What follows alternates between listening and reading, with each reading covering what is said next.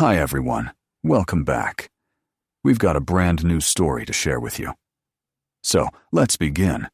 Sometimes the smallest decisions flip an entire life on its head.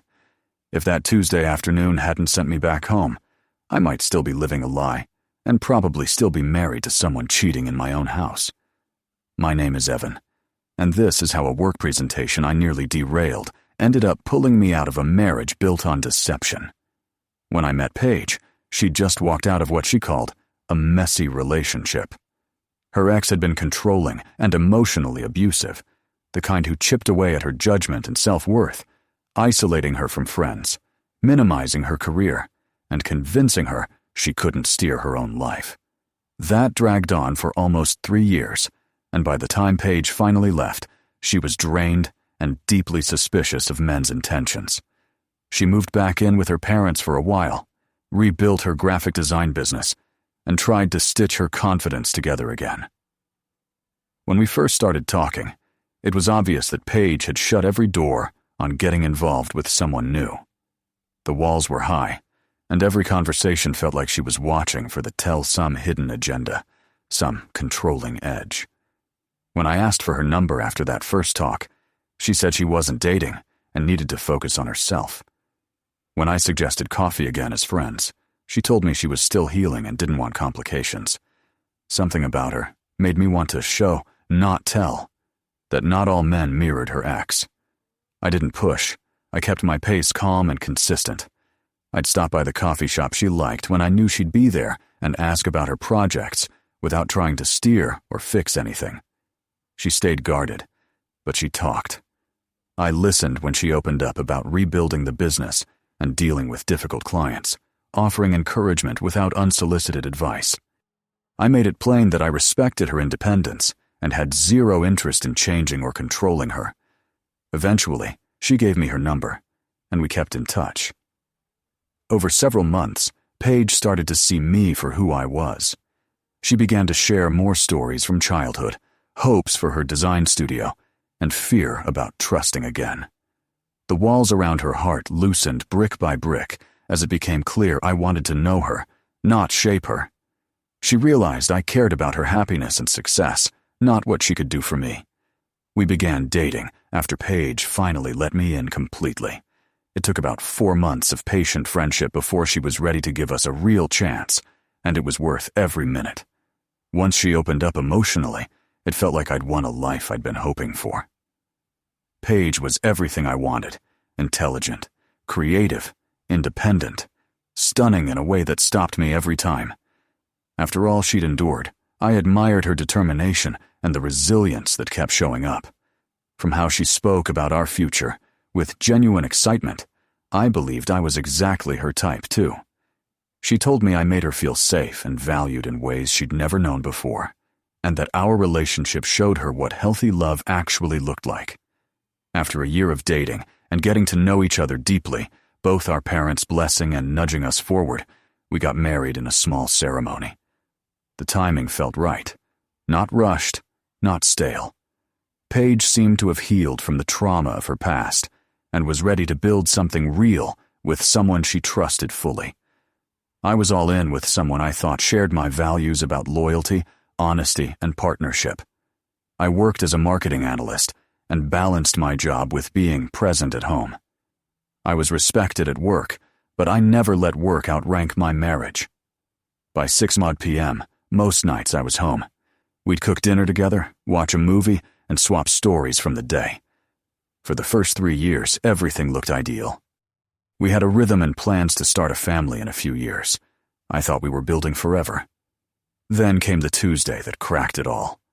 That morning, I was prepping for a big presentation to potential clients, set for later that afternoon, a project that could bring serious revenue into the company. I'd spent weeks crafting the proposal, building charts and projections I'd saved on my personal flash drive. Around 1 p.m., as I was gathering things for the 3 p.m. meeting, I realized the drive wasn't in my laptop bag where it always lived. I tore through desk drawers, my briefcase, jacket pockets. Nothing.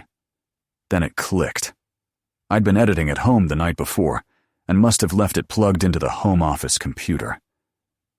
I didn't bother calling Paige to say I was dropping by since I wasn't planning to linger. The plan was simple. Drive home, grab the flash drive, and be back in plenty of time. Round trip. Maybe 40 minutes. Back early enough to breathe. I got in the car and took the familiar route, thinking about the deck and how to pace the conversation. Pulling onto our street, I noticed a car I didn't recognize parked right in front of our house, a black SUV that didn't belong to anyone I knew. Instead of pulling into the driveway like usual, I parked a little farther down, thinking Paige might have a visitor for lunch. She sometimes hosted people midday for work or quick social check-ins. I unlocked the front door, stepped into the living room, and the whole world hesitated. For a second, my brain refused the input. Paige was on our sofa, making out with a man I'd never seen, clothes scattered across the floor like the room had exhaled and dropped them. I froze. This wasn't a consult or a friendly hello. My wife was having an affair in our house, on the furniture we picked together, in the space where we'd built a life. The woman I'd spent months convincing to trust me, whom I married and pledged to love, was betraying every piece of it with a stranger. When they finally realized I was standing there, they snapped apart and lurched to their feet. He scrambled for his shirt. Paige grabbed clothes and tried to cover herself, both pale with shock. She immediately started pleading that it was a mistake, that she hadn't planned it, that she could explain if I'd just give her a chance. I couldn't say a word. My throat closed and my mind flattened to a single image. I walked past her into my home office with her trailing behind, unsure what I'd do. I pulled the flash drive from the computer, slipped it into my pocket, and walked out to my car without saying anything to either of them. Back at the office, I was a ghost. I moved through fog, answering when asked, but the scene in my living room kept replaying. Every time I blinked, I saw Paige kissing a stranger on our couch. I didn't blow the presentation, but it was obvious to everyone I wasn't there. I delivered the slides, took questions, pointed to the chart's autopilot all the way.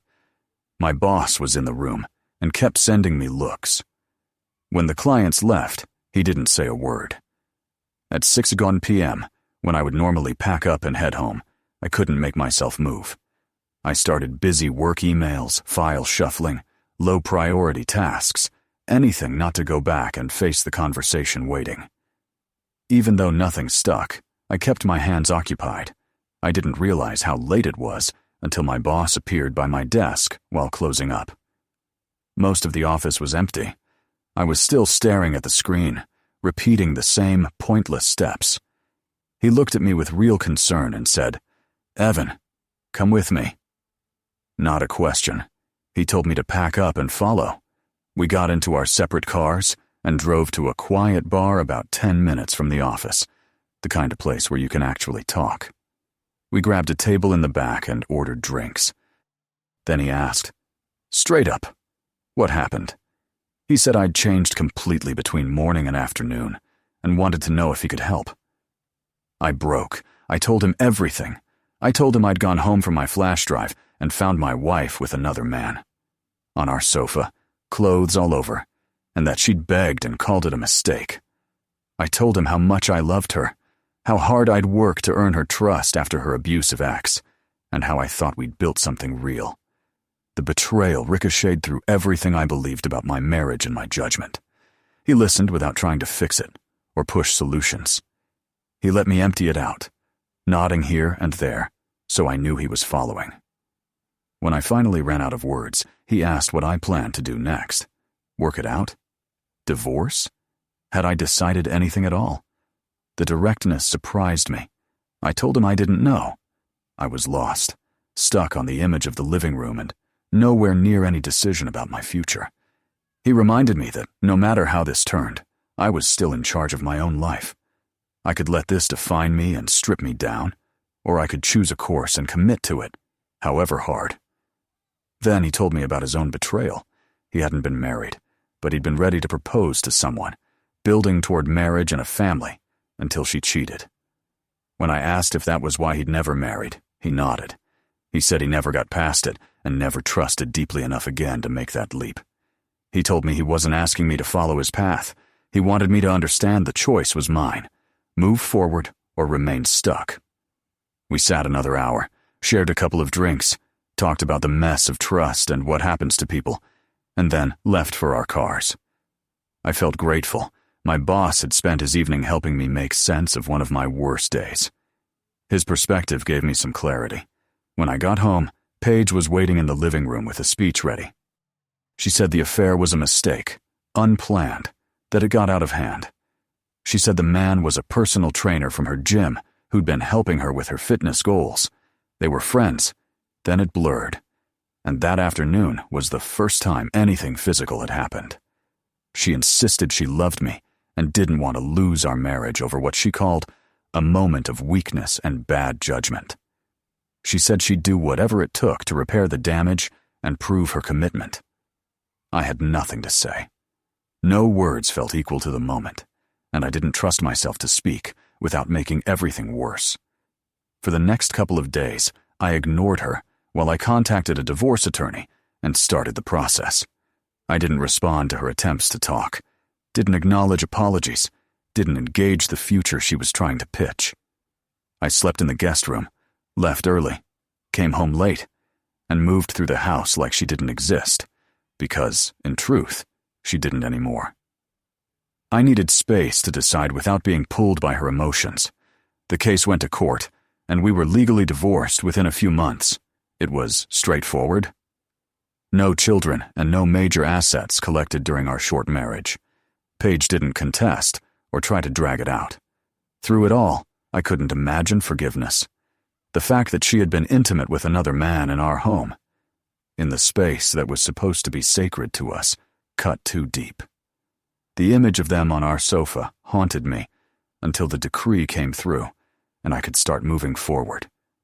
Looking back, I still believe in love and in finding someone worthy of trust.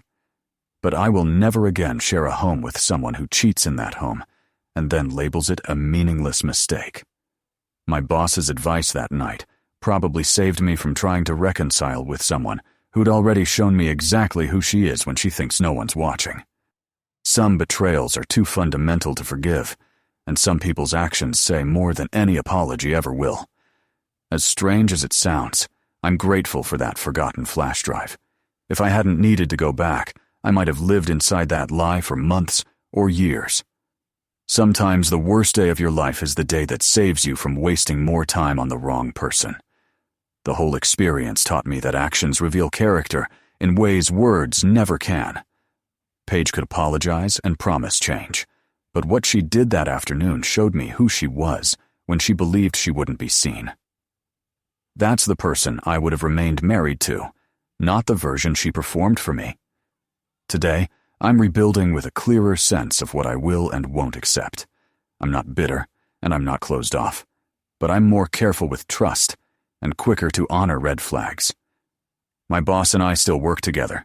Sometimes we grab a drink and talk life.